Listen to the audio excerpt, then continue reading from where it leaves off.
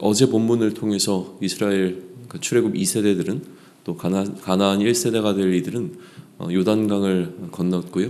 또 요단강을 건너는 장면을 통해서 우리는 이것을 마치 출애굽 1세대가 홍해를 건넜던 것과 마찬가지로 하나의 세례의 사건으로 이해하자고 함께 나눴었습니다. 이제 오늘은 요단강을 건너고 난 후에 있었던 일에 관한 이야기를 하는데요. 우선은 1절에 보시게 되면 그들 가운데 일어난 이 일로 인하여서 주변에 있는 여러 민족들이 굉장한 두려움 가운데 빠졌다는 사실을 좀 기록하고 있습니다.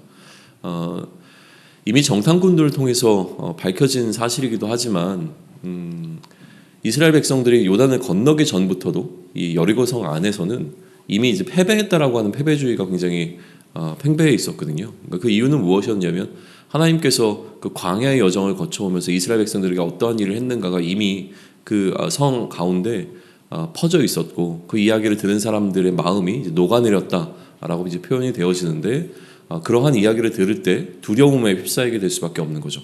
근데 그처럼 이랬던 그 하나님의 일하심이 바로 자신들로부터 얼마 떨어지지 않은 지역에서 또 얼마 되지 않은 시간 가운데서 여전히 이스라엘 백성들 가운데서 일어나고 있다라고 하는 사실은 그 하나님이라고 하는 그들 입장에서 보게 되면 이스라엘의 신이겠죠. 이스라엘의 신이 이스라엘에게 행하고 있는 어떤 그 일들로 인하여서 그들 가운데 두려움이 더 증폭되는 것은 당연했을 것 같습니다. 그 이야기를 지금 1절에서 하고 있어요.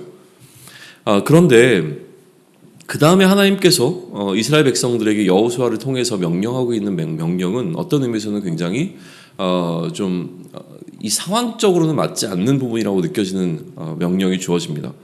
하나님께서 여호수아를 통해서 이스라엘 백성들에게 명령하신 것은 무엇이냐면 할례를 행하라라는 것이었어요.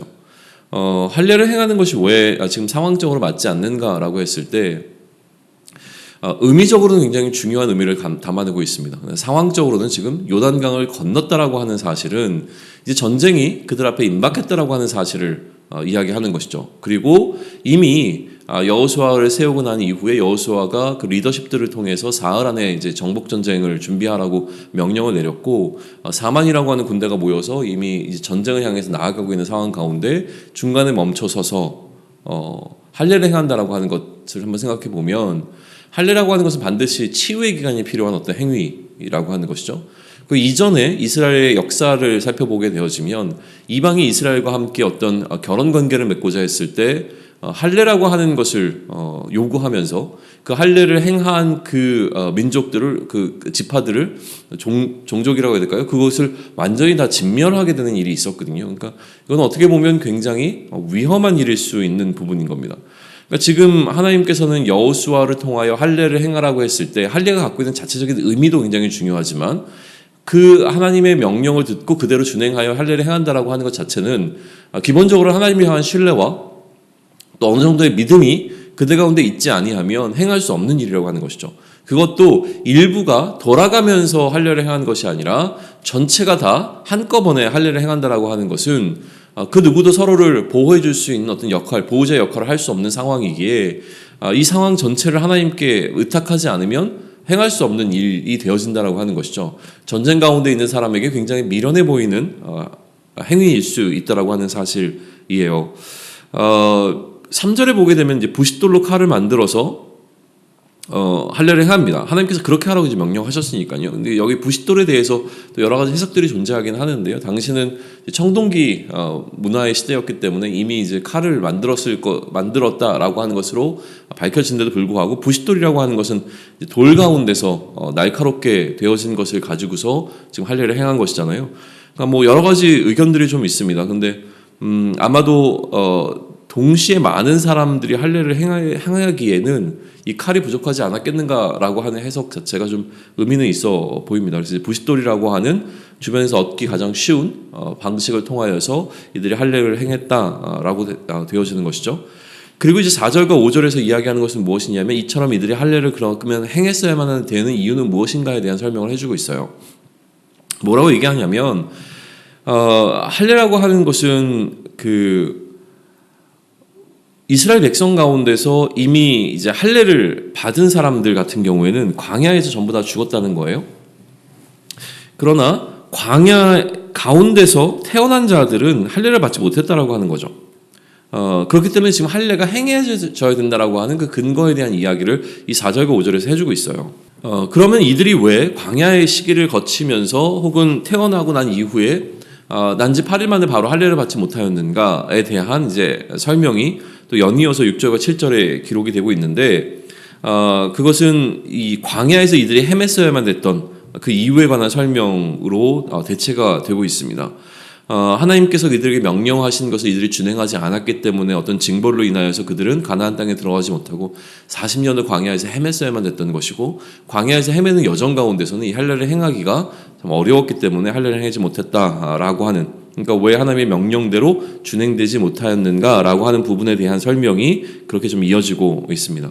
그래서 어쨌든 지금 전체적으로 이제 할례가 행해지게 되어지고 그 할례의 치유의 기간이 흘러가고 있다라고 하는 사실을 8절에서 기록하죠. 아물러 이제 이게 낫는 시간이 필요했던 것이고요. 그리고 9절에서 이 길갈이라고 하는 지역에 대한 이름에 대한 설명이 등장을 합니다. 뭐라고 얘기했냐면 애굽의 수치를 너희에게서 떠나가게 하였다라고 이제 하나님께서 말씀하셨기 때문에 그 지역을 길갈이라고 부르게 되었다라고 하는 설명이 이제 9절에 기록되어져 있는데요. 그러면 애굽의 수치가 지금 이스라엘 가운데서 떠나갔다라고 하는 것은 무엇을 이야기하느냐라고 하는 거예요. 아마도 추측컨대 이 애굽에서 출애굽하고 난 이후에 1세대들이 전부 다 광야에서 죽음을 맞이하지 않았습니까? 그러다 보니까 사람들 사이에 아마 이러한 조롱이 있었던 것 같아요. 그러니까 애굽으로부터 건져낸 하나님께서 능력이 없어서 이들이 결국은 가나안 땅에 들어가지 못하고 애굽 땅에 아까 그 광야에서 죽지 않았느냐라고 하는 것들에 대한 어떤 그 여러 가지 조롱인과 비난들이 좀 있었던 것 같은데, 지금 하나님께서는 이처럼 이 출애굽 2세대들을 가나안 땅에 인도해 내시면서 그러한 것으로부터 그 어떤 수치로부터 이들을 자유롭게 하게 되어지는 그 일이 일어났다라고 하는 사실을 이렇게 또 9절에서 기록하고 있는 것으로 보입니다. 그리고 난 다음에 이제 할례가 끝나고 난 다음에 하나님께서는 그 다음 명령을 내리시는데, 그 다음에 이제 이스라엘 백성들이 할례를 행하고 난 다음에 이제 행한 행위가 등장하고 기록되어 있는 게 그것이 무엇이냐면 유월절이라고 하는 거예요. 이들이 유월절을 지키게 된 것이죠. 그리고 6월절 이튿날 되던 때부터 그 땅의 소산을 먹기 시작합니다. 그러니까 땅의 소산을 먹기 시작한 거예요.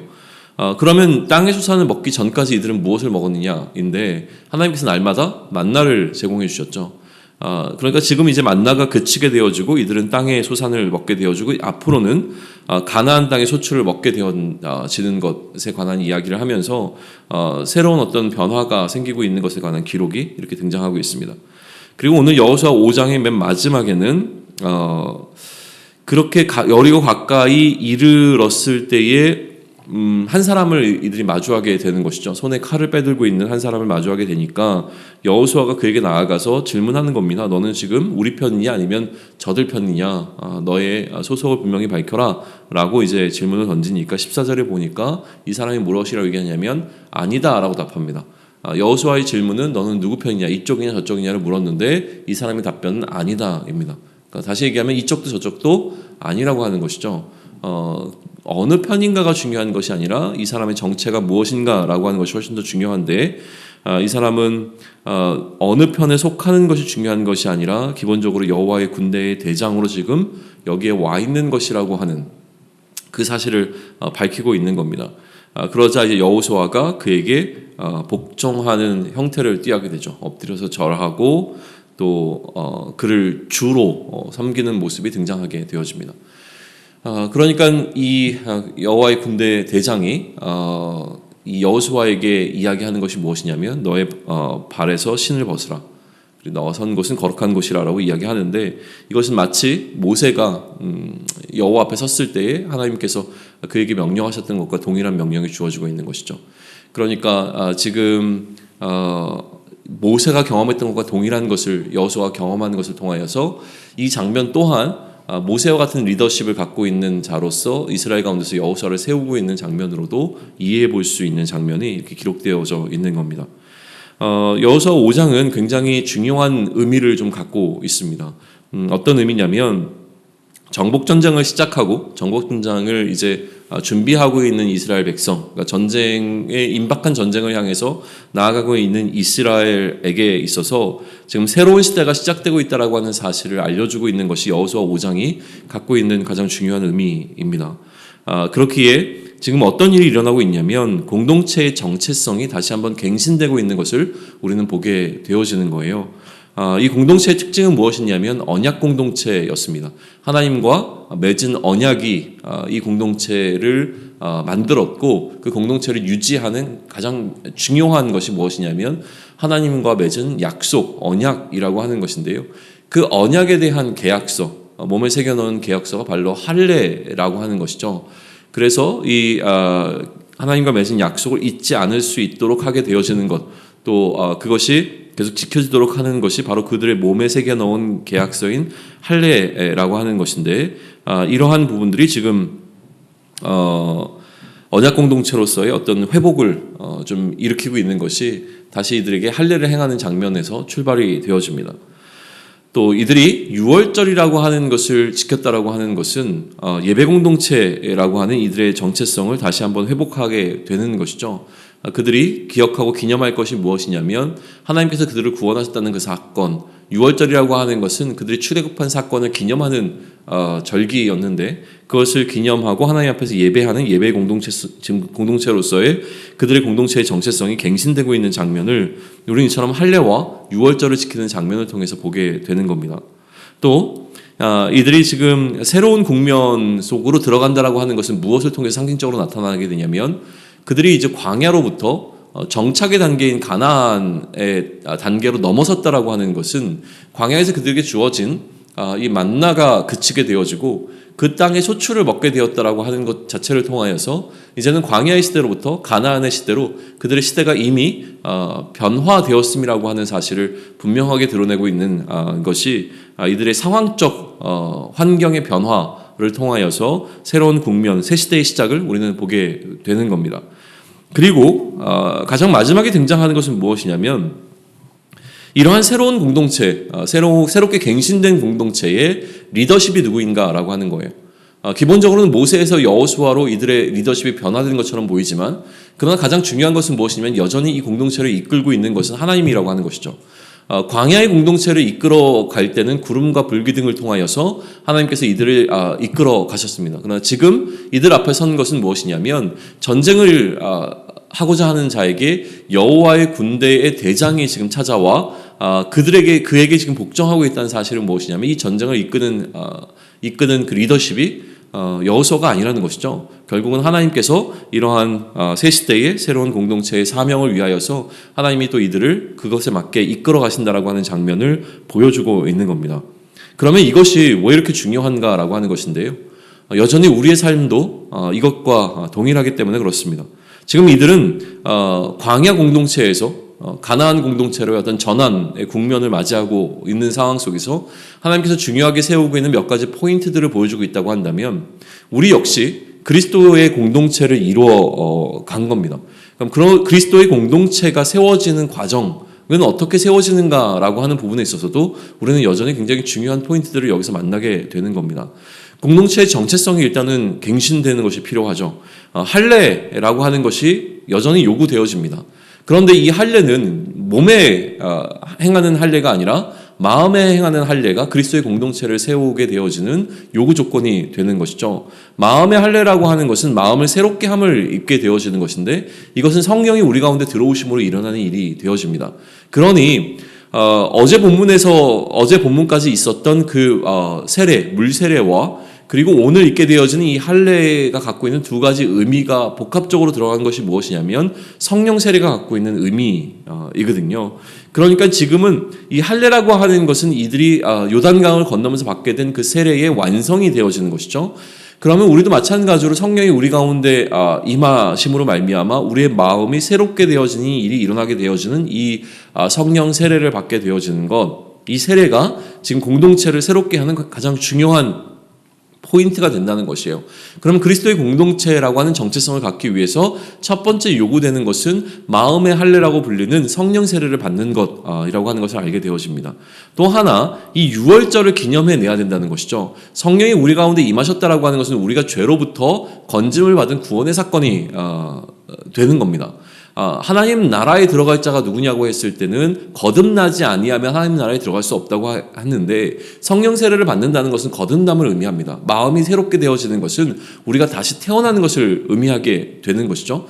그러니까 이처럼 다시 태어난 자들이 자신들의 다시 태어남을 기억하고 기념해야 되는데, 이 기억하고 기념하는 것을 예수님께서 유월절 만찬을 행하실 때의 그 유월절 만찬을 자신의 죽음을 기념하는 그 기념식으로 다시금 새롭게 제정하신 것이 바로 성찬식이라고 하는 거예요. 그러니까 이 세례와 성찬이라고 하는 기독교 그리스도 공동체 안에서의 두 가지 굉장히 중요한 예전은 그러한 의미에 있어서 공동체의 정체성을 나타내는 행위가 된다는 거죠. 유월절을 기념하는 것이 오늘 우리에게는 그리스도의 성찬에 참여하는 것에 동일한 의미를 갖고 있는 겁니다. 그러니까 우리는 이 성찬을 통하여서 그리스도의 죽으심과 그의 부활하심을 주께서 다시 오시는 그날까지 계속 기념해내야 되는 것이 필요하다라고 하는 겁니다. 이처럼 공동체의 정체성의 갱신이 이러한 세례와 또 성찬을 통해서 우리 가운데 끊임없이 일어나야 되는 것이죠.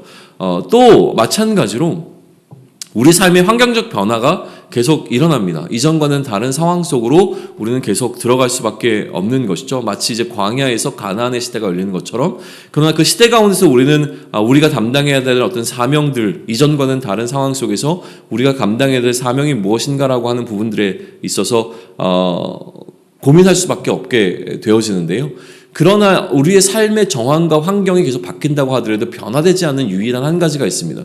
그것은 무엇이냐면 삶이 광야로부터 가나안으로 바뀐다고 하더라도 여전히 이 삶을 이끌고 가고 있고 주도하고 있는 것은 나나 다른 것이 아니라 바로 하나님께서 이 모든 것을 이끌어 가신다라고 하는 하나님 중심성이라고 하는 부분은 변함이 없다라고 하는 사실을 우리는 반드시 기억해야 된다라고 하는 것이죠.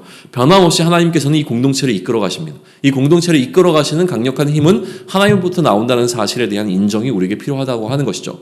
그러면 새로운 공동체인 그리스도인의 공동체, 그리스도의 공동체는 누가 이끌어 가느냐라고 했을 때 여전히 동일하게 하나님께서 이끌어 가시는 공동체라고 하는 사실입니다. 성령이 우리 가운데 들어오심을 말미암아 그 성령께서, 하나님의 영께서 우리를 이끌어 가시고 우리에게 지혜를 허락하여 주셔서 우리의 길을 보여주신다라고 하는 사실을 우리는 반드시 기억해야 하는 것이죠. 그러니 오늘 우리의 삶과 우리의 공동체 가운데 세례와 성찬의 의미가 다시금 되살아날 수 있으면 좋겠습니다. 세례와 성찬이 갖고 있는 의미를 우리가 다시 한번 묵상하고, 또 어떠한 상황 가운데서도 성령의 이끄심이 우리 가운데 있다라고 하는 사실을 신뢰하고, 그러므로 그 성령의 이끄심을 받는 오늘 하루가 될 수 있기를 축원합니다. 그러므로 말미암아 그리스도의 공동체로서의 삶을 살아낼 수 있는 저와 여러분이 되기를 축원합니다. 아멘.